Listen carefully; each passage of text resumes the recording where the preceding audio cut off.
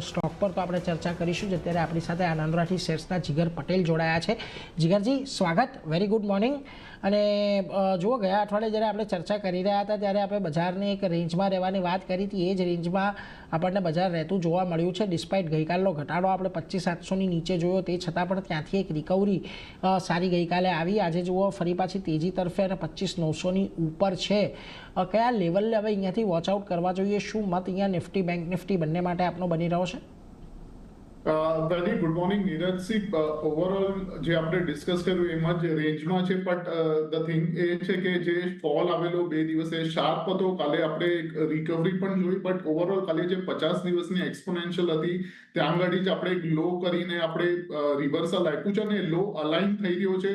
જે 11 ને 12 નવેમ્બરનો ગેપ હતો એ ફીલ થઈ ગયો છે એક્ઝેક્ટલી ગઈકાલે, અને આપણે બેઝડ ઓન અવરલી ચાર્ટ હવે રિવર્સલ દેખાડી રહ્યું છે આની અંદર. એટલે ઇન્ટ્રાડેમાં તો ડેફિનેટલી આજે લાગતું નથી કે નેગેટિવ થાય બેઝડ ઓન અવરલી ચાર્ટ. એટલે સપોર્ટ જે રહેશે એ 25,800 થી 750 સુધીનો ઇન્ટ્રાડેનો મેજર સપોર્ટ છે, અને હાયર સાઇડમાં આપણે 26,050 26,100 સુધીના એક મેજર રેઝિસ્ટન્સ છે.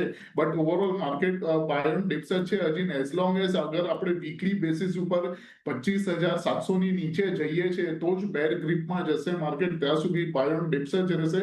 અને હાયર સાઇડમાં આપણે ટાર્ગેટ 26,200 26,250 ના લઈને નિફ્ટીમાં ચાલી શકીએ છીએ. વેરેસ બેંક નિફ્ટી કમ્પેરેટિવલી થોડું વધારે સ્ટ્રોંગ લાગે છે ઇન ટર્મ્સ ઓફ અવરલી ચાર્ટ અને ડેલી ચાર્ટના ઉપર, બીકોઝ નિફ્ટીએ તો 50 દિવસની એવરેજ ઉપર સપોર્ટ લીધો, બટ ઓવરઓલ અગર બેંક નિફ્ટી જોઈએ તો 20 દિવસની એવરેજ ઉપર જ ઘણા દિવસોથી આપણાને સપોર્ટ લેતો દેખાય છે. અને સાથે સાથે જે 20 દિવસની એક્સપોનેન્શિયલ છે પીવટ લેવલ્સ સાથે મેચ થઈ રહી છે. 59,000 લેવલ્સ છે અપ્રોક્સિમેટલી. એટલે આની અંદર પણ મેજર સપોર્ટ 59,000 નો રહેશે, અને બાય કરવાની જ સલાહ રહેશે. 59,000 ના નીચે આપણે એક સ્ટોપ લોસ રાખી શકીએ છીએ, અને ઓવરઓલ ફરીથી મને એક બાઉન્સ ટુવર્ડ્સ 59,700 59,800 સુધી દેખાડી રહ્યું છે.